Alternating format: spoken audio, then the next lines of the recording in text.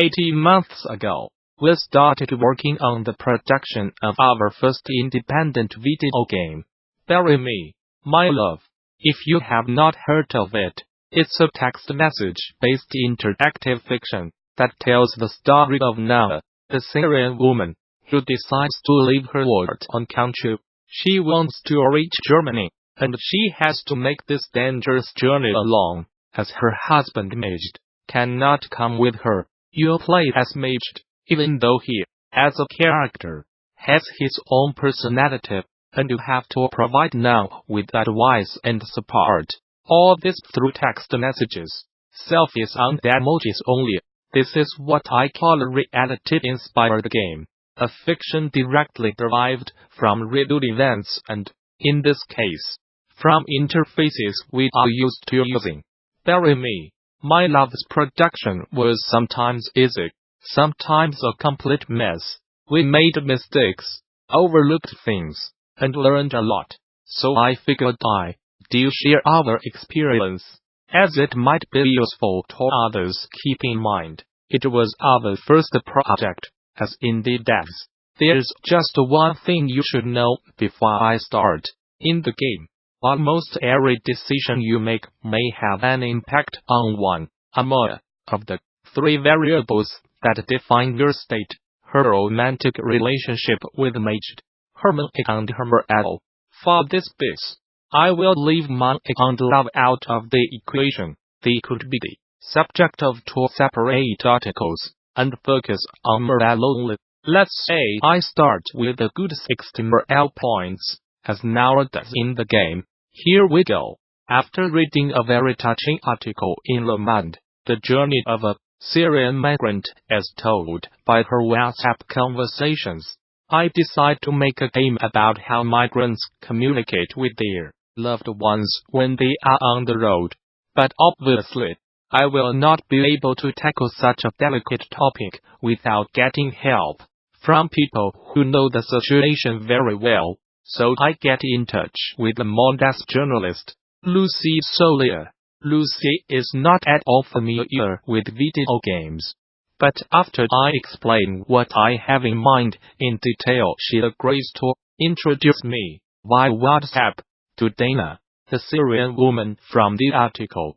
Dana is immediately enthusiastic. She thinks a game could be a great medium to tell the stories of people like her. Lucy and Dana accept to be part of our editorial team, and I feel that with their help, we will be able to write a believable story. Morale 5. I get in touch with people I know to ask them whether they do like to join in. Pierre Colbini, a great writer. He knows how to write dialogues that feel genuine and has a former journalist, which is important for this game's topic. Paul Joannon's not XP in game development, and worked at French newspaper liberation until he decided to quit. Quite recently, for the interface design, I'd like to find people who worked on apps before in order to get a WhatsApp look, and I know just the right team for that. Fizz, and the artist, Matt Ducadet, has worked with Paul before, which is definitely a good thing. To my delight, everybody likes the project and wants to be a part of it. Even better, Figs are okay to co-produce it. Morale 5. Figs and TPH have some money to invest in the game, but that will not be enough, so I have to find more elsewhere. There's this thing in France, the Centre National du Cinéma Funds d'Education. It aims help fund. It gives grants to innovative projects, so we apply. The required presentation is a good opportunity to have a clearer project. We define the story, the game design, the tools we will be using, make budget market analysis. But I have to finish the application during a weekend that I had planned to spend with old friends. As I struggle with the weak internet connection, I hear the meeting. Homemade burgers and drinking cold beers without me. Worth it, but still a bit sad. Morale 1.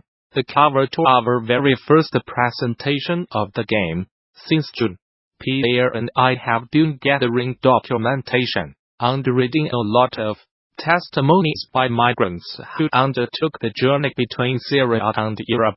I had read things on the subject before, but digging into it makes me realize how bad the situation is. This is intense, and it also makes me question my position in the project. As a healthy European, living a fairly comfortable life, is it really my place to make this game?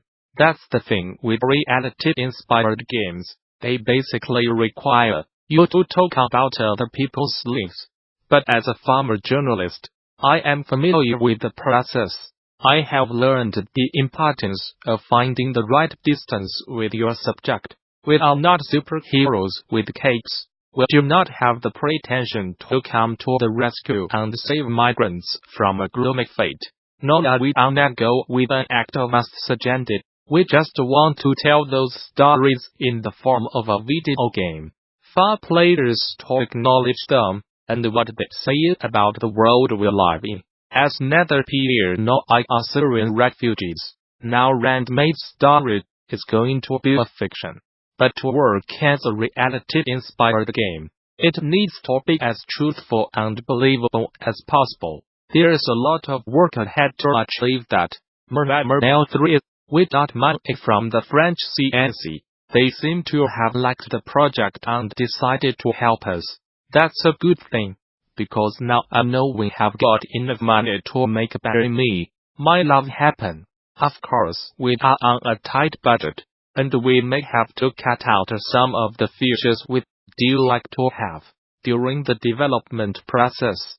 But still, and now that we will have got the CNCS support, we might be able to convince other partners to join in.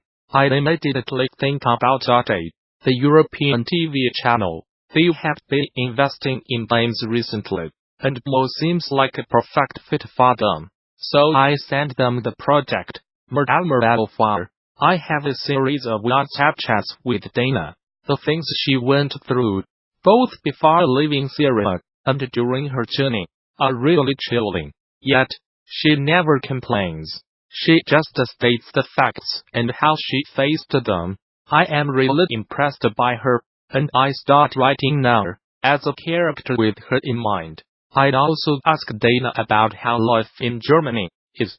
The people here are really great. She tells me, they treat me nicely, but I will never be fully happy until I know my mother is safe. Her mother still lives in Syria. Far. Both Pierre and I start writing the game. First, we make a map of all the main routes migrants may take between Syria and Europe. We do like to give players the possibility to explore both the northern Turkey, Greece, Western Europe, and Southern Egypt, Libya, Italy routes. But we soon realize that would be too huge a task. So we stick with around 50 locations that appear to be the most visited ones, the northern route, mainly, and trace the actual paths that link them together. This mapping is going to be our guide for the whole writing period. There's a slight feeling of incompletion to it, though, as I do really love to use all the material we gathered and tell as many stories as possible. In a typical playthrough, you will only see 15 to 20 of those places. Paul, our main developer, is a huge open source fan, and he convinces me that using Unity, like everyone does, might, in the long run, do more harm than good to the ecosystem. After all, having one big player in a monopolistic position is never a good thing. So we reveal the open source cross-platform engines that are available, and finally pick model game. This will make the project slightly more complicated. We are aware of that, but we take pride in staying true to our convictions. This will prove 100% foolish, as you will discover later today. Thanks to the awesome folks at Inco, we opt for Ink as an open source scripting language, and even our Git client is open. How cool is that? Development starts We are officially making a game. Let's try our best. Model 5. We have got an early prototype. There's just a fraction of the content in it, and it only has the car features, messages and images, display phone notifications. But it works. The feeling is amazing. And this really confirms my intuition that text message-based storytelling is something quite powerful.